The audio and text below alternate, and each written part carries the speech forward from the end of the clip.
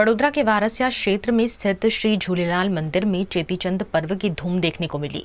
सुबह से ही भक्तों की भारी भीड़ उमड़ी और भगवान झूलेलाल के दर्शन के लिए विशेष उत्साह देखने को मिला। मंदिर परिसर में भजन कीर्तन, आरती और विभिन्न धार्मिक कार्यक्रम आयोजित किए गए, जिससे पूरे वातावरण में भक्तिभाव छाया रहा। चेटीचंद पर्व सिंधी समाज के लिए नए वर्ष की शुरुआत और श्रद्धा का महत्वपूर्ण दिन माना जाता है। स्थानीय ट्रस्ट और आयोजन समिति ने भक्तों की सुविधा के लिए विशेष व्यवस्थाएं की हैं।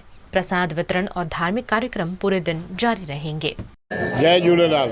हमारा यहाँ सवारे 5 वागे आरती થઈ હતી ને 5:30 વાગે અહીંથી પ્રભાત ફેરી નીકળી હતી ડીજે સાથે આખી વારસા ફરીને અને અમારા પ્રેમ પ્રકાશ ધર્મશાળા થઈને સંત સત્યનારાયણ મંદિર થઈને 9 વાગે અહીંયા આવી અને હમણાં બપોરે 12:30 વાગે ભંડારો ચાલુ થશે। સાંજે અહીંથી બેરાણા સાહેબ નીકળશે, રાત્રે સિંધુ સાગરમાં પ્રવાન થશે અને આતશબાજીથી જય झूलेलाल।